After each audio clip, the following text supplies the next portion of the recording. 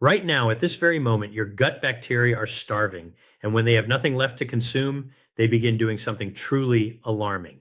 They start eating you. This isn't hyperbole or metaphorical language. It's a documented biological reality that's happening inside millions of people every single day.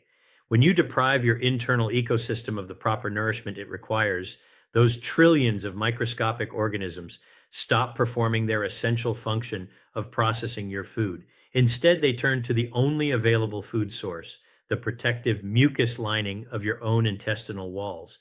This process of internal self consumption is the hidden catalyst behind that persistent brain fog you can't seem to shake, the stubborn abdominal bloating that makes your clothes fit uncomfortably, and the relentless chronic fatigue that makes mid afternoon feel like the middle of the night. In this comprehensive guide, I'm going to share 5 scientifically validated natural strategies to eliminate harmful bacterial overgrowth, restore the integrity of your gut lining, and reactivate your body's internal cleaning mechanisms. The result? A level of physical vitality and mental sharpness you may not have experienced in years. The street sweeper. Your doctor never told you about. Let's start with a mechanism that remains almost entirely overlooked by the mainstream wellness industry, yet represents arguably the most critical cleaning system your body possesses. It's called the migrating motor complex, or MMC for short. To understand why this mechanism matters so profoundly, we first need to correct a fundamental misconception about how digestion actually works. Most of us imagine the gut as a continuous conveyor belt system. Food goes in one end and gradually moves through until waste comes out the other. But your small intestine actually operates in 2 completely distinct modes, eating mode and cleaning mode. During eating mode, your digestive system is actively mixing food with enzymes and absorbing nutrients into your bloodstream. But here's what most people don't realize. The deep cleaning process cannot occur during this active digestion phase. The profound cleansing your intestines require can only happen after the final remnants of food have been completely processed. This is precisely where the migrating motor complex becomes essential. Think of it as your internal street sweeper, a powerful, coordinated wave of muscular contractions that methodically sweeps through your small intestine from top to bottom. Its primary function is to push undigested food particles, bacterial debris, and cellular waste down into the colon where they belong. But there's a critical operational rule that governs this system. The street sweeper only activates when the street is completely empty. Your MMC requires your stomach to remain empty for approximately 90 minutes to 2 hours before it even begins its cleaning cycle. Once initiated, the complete cleaning process takes an additional 90 minutes to finish its work. Here's the crucial point. If you consume anything, even something as seemingly innocent as a handful of almonds or a specialized wellness drink, the moment calories enter your stomach, the cleaning cycle immediately terminates. The street sweeper retreats, and the accumulated debris remains exactly where it is.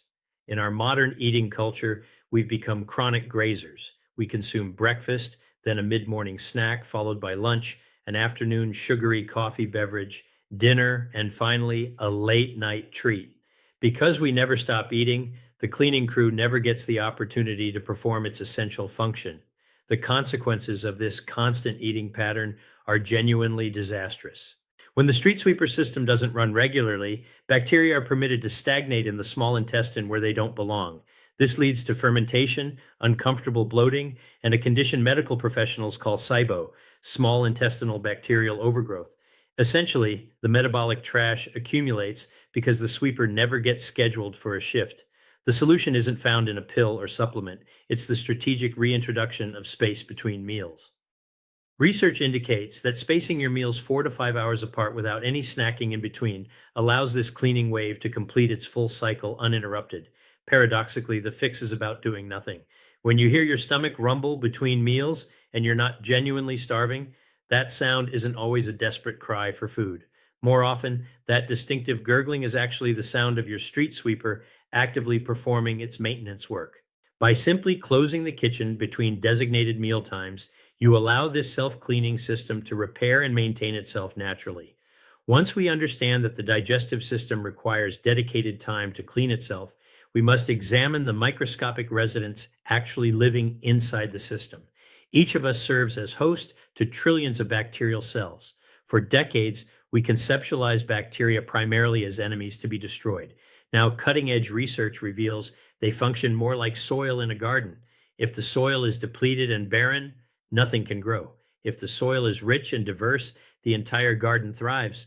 The critical mistake most people make is attempting to fix their gut health by simply taking a generic probiotic capsule purchased from their local pharmacy. This approach is often completely ineffective because you're essentially throwing a few seeds onto concrete pavement. If the underlying environment isn't properly prepared and maintained, those bacterial strains won't successfully colonize. The single most effective strategy to enrich this internal environment is through dietary diversity. There was a fascinating research study where scientists temporarily swapped the typical diets of rural South Africans with African Americans. The rural South African diet was exceptionally high in plant fiber and low in processed fats. The standard American diet represented the complete opposite nutritional profile. Within just 2 weeks of this dietary exchange, the American participants consuming the rural high fiber diet experienced a massive reduction in systemic inflammation markers. Why did this dramatic change occur so rapidly? Because dietary fiber is the primary fuel source that beneficial bacteria consume and thrive upon. When you eat plant-based fibers, they pass relatively undigested through your stomach and small intestine, eventually reaching the colon where your beneficial bacterial colonies ferment them. This fermentation process creates remarkable compounds called short-chain fatty acids that actively lower inflammation throughout the body and heal the protective gut lining. But here's the often overlooked detail. Different bacterial species consume different types of fiber. Some bacterial strains prefer the specific fibers found in onions and garlic. Others thrive on the fiber compounds in walnuts and almonds. Still others require the particular fiber structure found in raspberries and blackberries. The American Gut Project, one of the most comprehensive microbiome studies ever conducted, discovered that the single strongest predictor of a healthy, resilient gut microbiome was the total number of different plant species consumed regularly. Their research identified that the optimal target was consuming at least 30 different plant varieties per week. This number sounds intimidatingly high at first, but it becomes much more achievable when you realize it includes herbs, spices, nuts, seeds, legumes, and fruits, not just vegetables. The key insight is about the width and variety of your diet, not merely the volume of any single food. If you eat an enormous bowl of broccoli every single day, you're feeding only the specific bacterial strains that consume broccoli fiber. But if you eat a smaller portion of broccoli combined with carrots, pumpkin seeds, fresh cilantro, and black beans, you're nourishing a diverse and resilient ecosystem.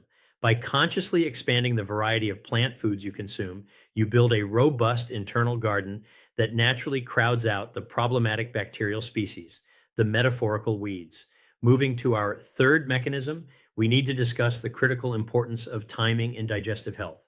We tend to obsess entirely over what we eat, but emerging research clearly demonstrates that when we eat carries equal importance. Just as your brain operates on a circadian sleep-wake cycle, your entire digestive system follows a distinct rhythm throughout the day. We commonly think of digestion as a factory that operates at identical efficiency 24 hours a day, 7 days a week. It absolutely does not. Clinical research consistently shows that your body processes food far more efficiently during earlier hours of the day. Your insulin sensitivity and digestive enzyme production both peak during morning and afternoon hours, then drop off significantly after darkness falls. Think of it like factory shift work. The day shift arrives fully staffed, well rested, and ready to work at maximum productivity. The night shift operates as a skeleton crew with minimal personnel. When you consume a heavy meal at 9 o'clock in the evening, you're essentially dumping an enormous workload onto the night crew that has already clocked out and gone home. Because the body functions less efficiently after dark, food remains in the stomach for extended periods. Blood sugar levels stay elevated much longer, leading to greater fat storage and increased systemic inflammation. Furthermore, active digestion requires substantial energy expenditure. If your body is spending precious energy resources digesting a late meal, it cannot simultaneously allocate energy toward deep restorative sleep or critical cellular repair processes. There's also a fascinating bidirectional relationship between your gut bacteria and your sleep quality. Certain beneficial bacterial species help produce the neurotransmitter precursors that regulate sleep architecture, including serotonin and melatonin. When we eat late at night, we fundamentally disrupt their natural rhythm, which in turn disrupts our own sleep patterns. This creates a vicious, self perpetuating cycle. Poor sleep quality leads to increased sugar and carbohydrate cravings, which leads to deteriorating gut health, which further degrades sleep quality. To break this destructive cycle, we can implement time restricted eating protocols. This approach isn't about caloric deprivation or starving yourself. It's about providing metabolic rest to allow natural repair processes. Try confining your eating window to 10 or 12 hours maximum. For example, consuming all your food only between 8 in the morning and 8 in the evening. This straightforward adjustment aligns your food intake with your body's naturally active metabolic phase. It allows the intestinal lining to regenerate overnight without the constant interference of active digestion. It sends a clear biological signal to your entire system that nighttime is designated for repair and restoration, not food processing. Our fourth mechanism takes us away from food entirely and examines the neurological wiring of the digestive system. You can eat the perfectly diverse diet and space your meals ideally, but if this one critical wire is damaged or dysfunctional, proper digestion will completely halt. We're talking about the vagus nerve, the longest cranial nerve in your entire body. The gut and brain are physically connected by this remarkable nerve, creating what scientists now call the gut-brain axis. It functions as a two-way information superhighway, but the traffic flow is almost entirely dictated by your stress levels. Your autonomic nervous system operates in two primary modes: fight or flight, the sympathetic stress response, and rest and digest, the parasympathetic relaxation response. Here's the crucial point: you cannot be in both modes simultaneously. It's physiologically impossible. Biologically speaking, if you're running from a predator, or in modern terms, stressing over an aggressive email from your boss, your body perceives an immediate threat to survival. In response, it automatically redirects blood flow away from digestive organs and toward large muscle groups to help you run or fight. Digestion is considered a dispensable luxury during perceived emergencies. Physical survival becomes the absolute priority. This means if you eat while experiencing anxiety, rushing between meetings, or scrolling through distressing news content, you're effectively eating with the digestive power completely turned off.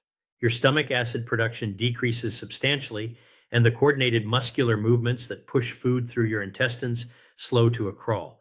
This digestive stagnation causes food to literally sit and putrefy rather than being properly broken down, resulting in excessive gas production and uncomfortable bloating. We must understand this fundamental principle. Digestion begins in the brain, not in the mouth. We need to manually toggle the neurological switch to rest and digest mode before we consume our first bite. The longest living populations around the world, the blue zones, consistently treat meals as slow, relaxing social occasions. This isn't merely cultural tradition or pleasant ritual, it's sound physiology in action. A practical method to activate this switch is through intentional breathing. Before you take your first bite of any meal, simply perform 3 slow, deep breaths. Make your exhale noticeably longer than your inhale. This specific breathing pattern physically stimulates the vagus nerve, sending a direct signal from your body to your brain that communicates, "We are safe. There is no threat." The brain then activates the parasympathetic nervous system, effectively turning the power back on for optimal digestion. This practice takes approximately 30 seconds, but it fundamentally changes how your body processes that entire meal. For our fifth and final mechanism, we need to examine what we're inadvertently introducing into our system that actively sabotages all our other efforts. We typically focus obsessively on what to add to our health regimen: more leafy greens, more filtered water, more expensive supplements. But in biological systems, subtraction is frequently more powerful than addition. We are currently exposing our delicate gut microbiomes to chemical compounds that function like devastating bombs to our bacterial ecosystems. I'm referring specifically to the widespread overuse of unnecessary antibiotics and chronic exposure to environmental toxins like agricultural pesticides. Let me be absolutely clear: antibiotics save lives. In genuine medical crises involving dangerous bacterial infections, they represent miraculous, life-saving interventions. But when we use them for every minor sniffle or viral infection where they provide zero benefit, or when we consume them passively through conventionally raised meats from animals treated with routine antibiotics, they act like an indiscriminate forest fire. They effectively burn down the harmful bacteria, but simultaneously destroy the beneficial bacterial forest that took years to cultivate. Scientific research indicates it can take many months for the diversity and balance of the microbiome to fully recover from a single course of broad spectrum antibiotics. But pharmaceutical antibiotics aren't the only concern. There's the chronic cumulative exposure to pesticide residues on our food supply. Many conventional crops are repeatedly sprayed with chemical formulations specifically designed to kill weeds and insects. When we consume these chemical residues on our produce, they can exert similar antimicrobial effects on our beneficial gut bacteria. We are essentially swallowing small but regular doses of compounds designed to kill living organisms, and these compounds disrupt our carefully balanced internal garden ecosystem. Additionally, we must consider our water sources. Municipal tap water is routinely chlorinated to kill pathogenic bacteria in the distribution pipes. That's genuinely important for public health safety. But if you're drinking chlorinated water throughout the entire day, you're introducing a mild antimicrobial agent into your digestive system constantly. The strategic approach here is primarily defensive. It involves choosing organic options for the dirty dozen, those fruits and vegetables that absorb and retain the highest pesticide residues, including strawberries, spinach, kale, and grapes. It involves using a quality filter for your drinking water to remove chlorine and other chemical contaminants. This is fundamentally about stopping the daily chemical assault on your microbiome so that the other four mechanisms we've discussed can actually perform their intended functions effectively. A unified philosophy of gut health. This brings us to a comprehensive, unified philosophy of digestive wellness. Think of your body as a house that requires regular maintenance. You simply cannot keep that house genuinely clean if you're constantly tracking in mud, if you never provide the cleaning crew adequate time to complete their work, and if the electrical system is constantly short-circuiting. To authentically repair your digestive system, we don't need another trendy detox tea or expensive cleanse program. We need to respect the fundamental operating instructions that evolution has written into our biology. Respect the cleaning crew. Space your meals 4 to 5 hours apart to allow the migrating motor complex street sweeper to complete its essential work. Enrich the soil. Consume a wide variety of at least 30 different plant species per week to feed a healthy, diverse bacterial garden. Align with the biological clock. Stop eating late at night to permit the night shift to focus on repair and restoration rather than food processing. Fix the wiring. Practice intentional breathing and cultivate relaxation before eating to activate the parasympathetic nervous system and turn on proper digestion. Stop the chemical attack, filter your drinking water, and wash your produce thoroughly to reduce the toxic load on your microbiome. The remarkable beauty of the human gut is that it possesses incredible regenerative capacity and forgiveness. The epithelial cells lining your intestinal walls completely replace themselves every few days. Your bacterial populations can shift dramatically within weeks when provided the proper environment. Most people wait for an official diagnosis before they start caring about these foundational principles. They wait until the bloating becomes truly unbearable or the fatigue turns chronic and debilitating, but the genuine power lies in prevention and early intervention. It resides in the quiet, consistent daily decisions that nobody else sees or acknowledges. It's the decision to wait that extra hour before eating your next meal. It's choosing variety and diversity over convenience and habit. It's taking 3 deep, intentional breaths before lunch instead of eating while distracted. These small, seemingly insignificant actions accumulate to build a physiological resilience that allows you to age not merely with a longer lifespan, but with a life that genuinely feels good to live, with energy, clarity, and vitality. If you found this comprehensive breakdown valuable and want to explore deeper into how these interconnected systems affect your overall health and longevity, make sure you're subscribed to stay updated. There's significantly more to uncover about optimizing human health from the inside out. I'd genuinely love to hear in the comments which of these 5 mechanisms represents your weakest link right now. What's the area you struggle with most? Let me know your thoughts, and I'll see you in the next discussion.